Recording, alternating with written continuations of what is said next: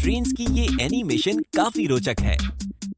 Rail track की थोड़ी सी movement के साथ ही ट्रेन अपनी ट्रैजेक्टरी बदल सकती है। व्हील और ट्रैक की एक सिंपल ट्रिक के साथ इस क्लेवर ट्रैक स्विचिंग डिजाइन को अचीव किया जा सकता है।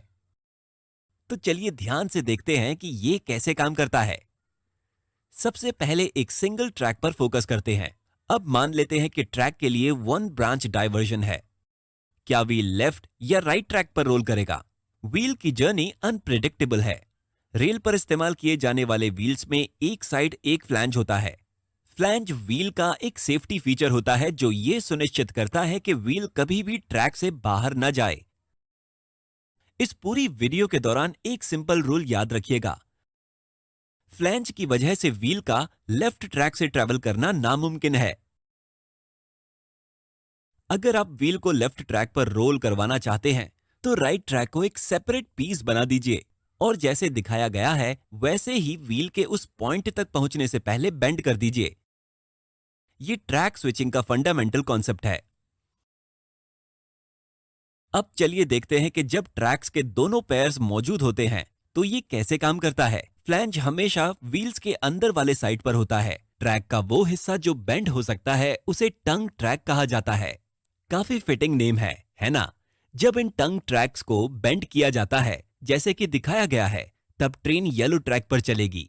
याद रखिए, फ्लैंज की वजह से left wheel light blue track पर रोल नहीं हो सकता।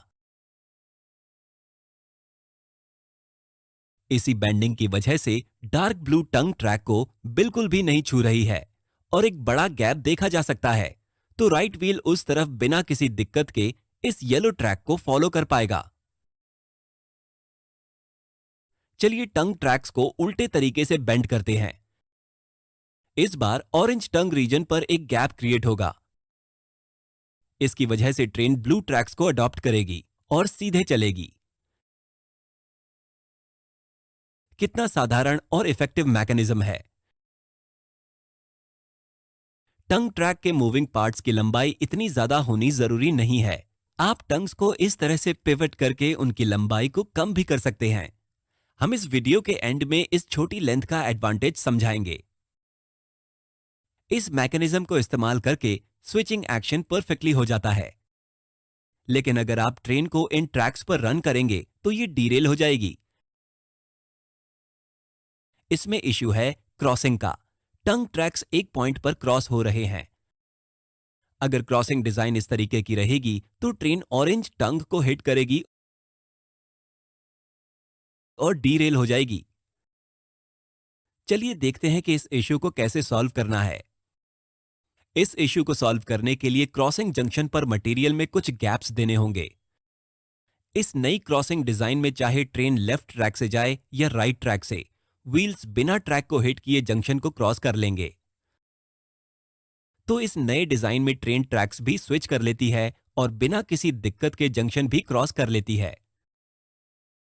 यहां पर आपके लिए एक छोटा सा डिजाइन चैलेंज है। क्रॉसिंग एरिया पर चलिए रेल व्हील मूवमेंट को स्लो मोशन में देखते हैं। आप देख सकते हैं कि इस गैप में व्हील्स नीचे ड्रॉप हो जाते हैं। क्या आप इस इश्यू के लिए कोई सोल्यूशन बता सकते हैं? हम टंग रेल्स की लेंथ को बढ़ाकर इस इश्यू को सॉल्व कर सकते हैं। जैसा कि दिखाया गया है, रेल गैप्स पर मूव करते समय ये व्हील्स को अच्छा सपोर्ट देंगे।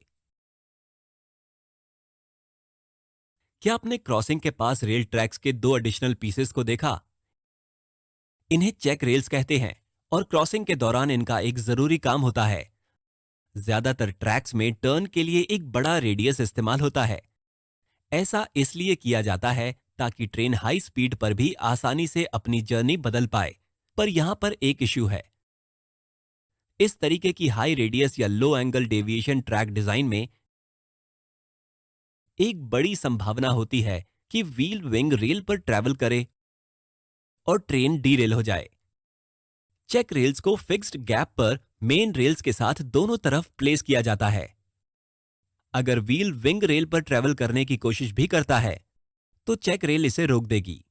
ये व्हील्स को सही ट्रैक पर होने के लिए चैनलाइज करेगा और व्हील्स इस ट्रैजेक्टरी से आसानी से पास हो जाएंगे। चलिए एक छोटे टंग रेल की इंपॉर्टेंस समझते हैं। इसको इनफैक्ट एक डिजाइन ऑप्टिमाइजेशन समझा जाता है। क्या आप इन स्विचिंग रेल्स में मैक्सिमम स्ट्रेस पॉइंट्स का अंदाजा लगा सकते हैं?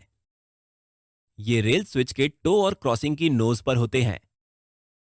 मेन रेल्स की तुलना में इन कंपोनेंट्स को वेयर एंड टेयर की वजह से काफी जल्दी जल्दी रिप्लेस किया जाता है। इसीलिए टंग रेल को दो हिस्सों में डिवाइड किया जाता है। जब स्विच की लाइफ खत्म होने वाली होती है तो केवल स्विच रेल को रिप्लेस कर देना होता है। ऐसा करने से आप रिप्लेस किए जाने वाले आयरन की क्वांटिटी कम कर सकते हैं। टंग ट्रैक्स को एक स्विचिंग रॉड की मदद से साथ में ऑपरेट किया जाता है। काफी पहले स्विचिंग रॉड को पॉइंट मैन नाम के एक ऑपरेटर द्वारा मैन्युअली कंट्रोल किया जाता था, लेकिन आजकल ऑपरेटर द्वारा इंस्ट्रक्शन मिलने पर इलेक्ट्रिक मोटर्स इस काम को करती हैं। हमें उम्मीद है रेलवे स्विचिंग की वर्किंग के बारे में जानकर आपको अच्छा लगा होगा। आपसे फिर मिलते हैं। Thank you.